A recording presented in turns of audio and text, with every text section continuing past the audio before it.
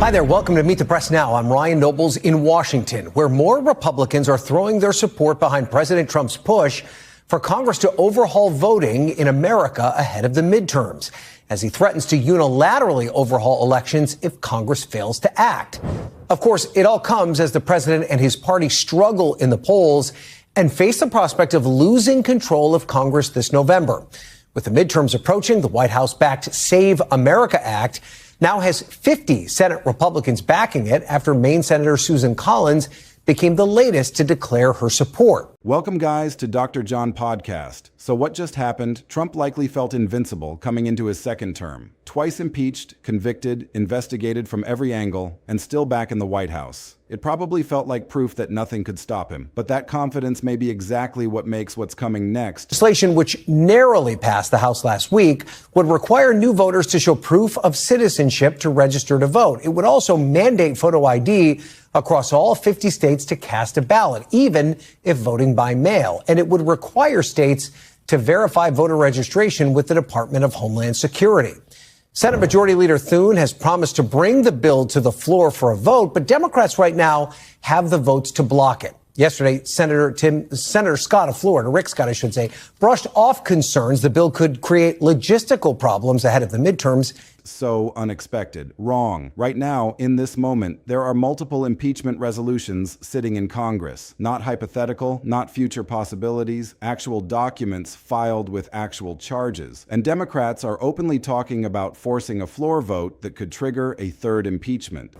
Beyond just these claims about wanting to make elections more secure, could it lead to something like seizing voting machines down the road if he doesn't get what he wants in terms of changing the way voting is run in this country? You know, absolutely. That is a concern that I hear from election officials, that casting doubt on the American election system may have a greater motive, that there is, we know the Department of Justice is investigating voting machines in Puerto Rico. A second removal trial in the Senate. But it doesn't stop there. There's also serious discussion about invoking the 25th Amendment, having Trump's own cabinet declare him unfit and remove him without impeachment. The President of the United States is operating under a constant looming threat of removal. And the chaos inside his administration reflects that. Let me take you inside what's actually happening. House Resolution 353 is the big one. 7 articles of impeachment filed in 2025. Obstruction of justice, abuse of trade powers, usurping Congress's spending authority, violating First Amendment rights, bribery and corruption, abuse of the pardon power, and tyranny. They literally put tyranny in the impeachment articles. The elected representatives of the United States have formally accused the sitting president of behaving like a dictator. And here's what makes this resolution dangerous for Trump. It's privileged. That means Democrats can force it to the floor whenever they want. They don't need the Speaker's permission. They don't need Republican cooperation. They can just bring it up and the House has to vote. That's not the only one. Representative Al Green has filed 2 additional impeachment resolutions, House Resolution 415 and House Resolution 939. These accuse Trump of abuse of power and incitement of violence against lawmakers and federal judges. This isn't random. This is an organized strategy. Democrats are keeping removal on the table throughout Trump's entire second term. Every day, every week, every month, the threat is there. Now let's talk about the 25th Amendment. Section 4, it says, if the vice president and a majority of the cabinet declare the president is unable to discharge his duties, the vice president becomes acting president immediately. Trump would be out. J.D. Vance would be in. The president's own cabinet could remove him without a single vote in Congress. Now, is that likely? Probably not. Trump's cabinet is filled with loyalists who owe their jobs to him. But the fact that people are talking about it, the fact that Democrats and activists and commentators are openly saying Trump is unfit and his cabinet needs to step in, that creates chaos. That creates uncertainty. That makes foreign leaders, investors, and the American people wonder if Trump is actually going to survive his second term. So let's break down what these impeachment resolutions actually say, because the charges are specific and they're serious. Article 1 of H.R. 353 is obstruction of justice. Democrats accuse Trump of interfering with federal investigations, blocking witnesses from testifying, refusing to turn over documents to Congress, and using executive privilege as a blanket shield to hide everything from oversight. Article 2 is abuse of trade powers. This is about tariffs. Trump has used tariffs on China, Mexico, Europe, everyone. Democrats say he's not using them to protect American workers or national security. He's using them as political weapons to punish countries that don't do what he wants. And the Constitution gives Congress the power to regulate trade, not the president.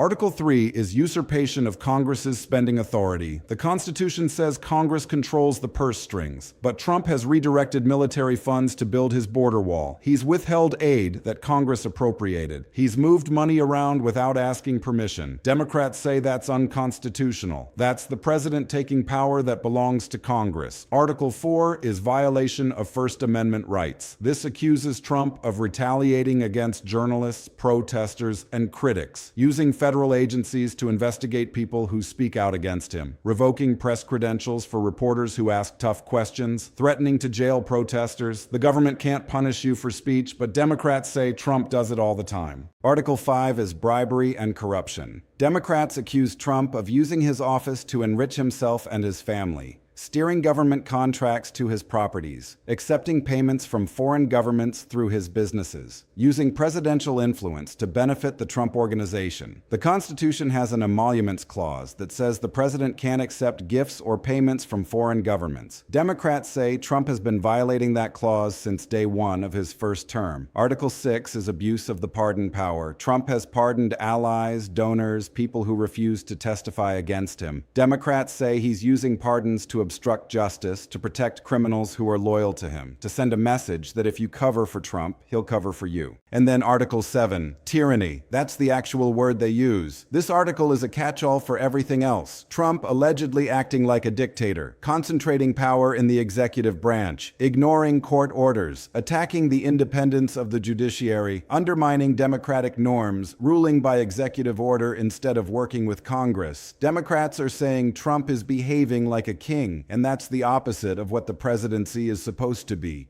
Those are the charges. 7 articles sitting in Congress right now, ready to be brought to the floor. And Democrats are waiting. They're watching. They're looking for the right moment. Maybe after another scandal. Maybe closer to the midterms. Maybe when public opinion shifts enough that they think they can actually get some Republican votes. Because here's the calculation. Republicans control the House. Unless a significant number of Republicans defect, these resolutions probably won't get the votes they need to actually impeach Trump. But that's not really the point. The point is forcing a vote, making Trump and every Republican in Congress go on the record. Do you support this president, or do you think he should be removed? That creates political pressure. That forces people to take sides. That creates chaos inside Trump's administration and the Republican Party. And then there's the 25th Amendment. Let's be clear about how this works. Section 4 says that if the vice president and a majority of the cabinet declare the president is unable to discharge his duties, the vice president becomes acting president immediately. Trump would be out, J.D. Vance would be in, but Trump can challenge it. He can send a letter to Congress saying, I'm fine, I'm still president. If he does that, Congress has to vote, both the House and the Senate. And they need a 2/3 majority in both chambers to keep Trump out. If they don't get that, Trump stays president. So the 25th Amendment is a high bar. You need the vice president to turn on the president. You need a majority of the cabinet to agree. And if the president fights it, you need 2/3 of Congress to back up the cabinet. That's really hard to pull off, especially when Trump's cabinet is full of loyalists. But people are talking about it. Democrats, activists, commentators are saying, look at what Trump's doing. The erratic decisions, the attacks on judges, the military actions without congressional approval, the threats against his own party. This is not normal. This is not someone who's fit to be president, and his cabinet has a constitutional duty to step in if the president is unfit. So why aren't they doing it?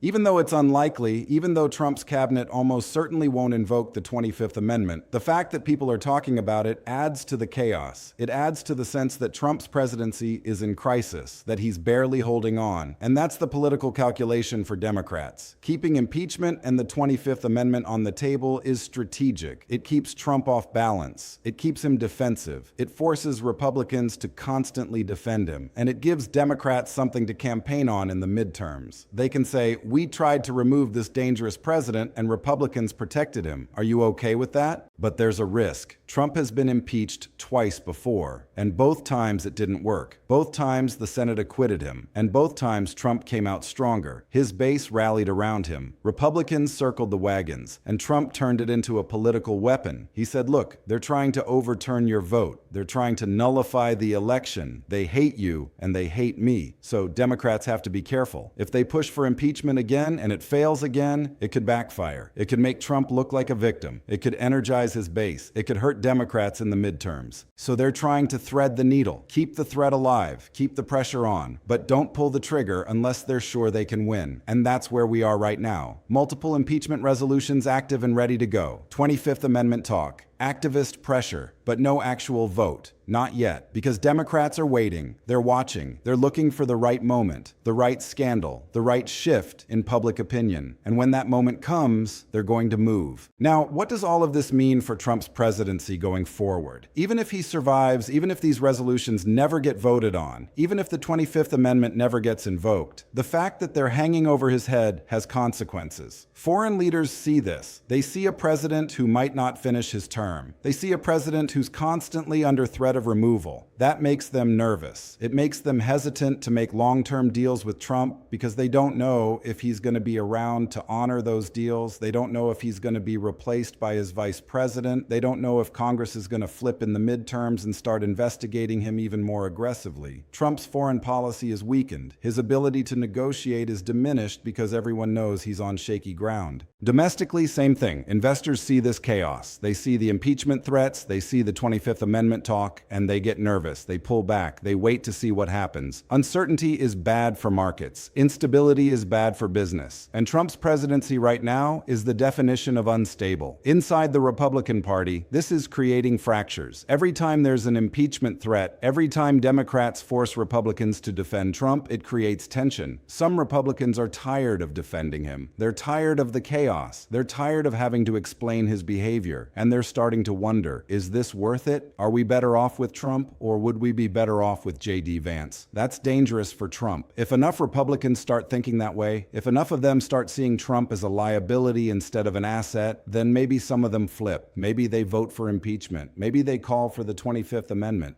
Maybe they publicly break with Trump and say, enough is enough. We're not there yet, but we're getting closer. And every scandal, every court ruling, every impeachment threat pushes us a little bit closer to that breaking point. So where does this all end? Maybe Trump survives. Maybe he serves out his term, and all of this impeachment talk amounts to nothing. Or maybe something breaks. Maybe there's a scandal so big that even Republicans can't defend him. Maybe there's a court ruling so damaging that his cabinet actually considers the 25th Amendment. Maybe there's a moment when enough people say this has gone too far and Congress actually votes to remove him. What I know is this: Trump's presidency is operating under constant threat of removal. That threat is real. It's affecting how he governs. It's affecting how the world sees him. It's affecting how his own party treats him. And as we move forward, that threat is only going to grow. The impeachment resolutions are already filed. The 25th Amendment is being discussed. Congress is moving toward a moment of decision. Maybe not today, maybe not tomorrow, but soon. And when that moment comes, it's going to be one of the biggest political moments in American history.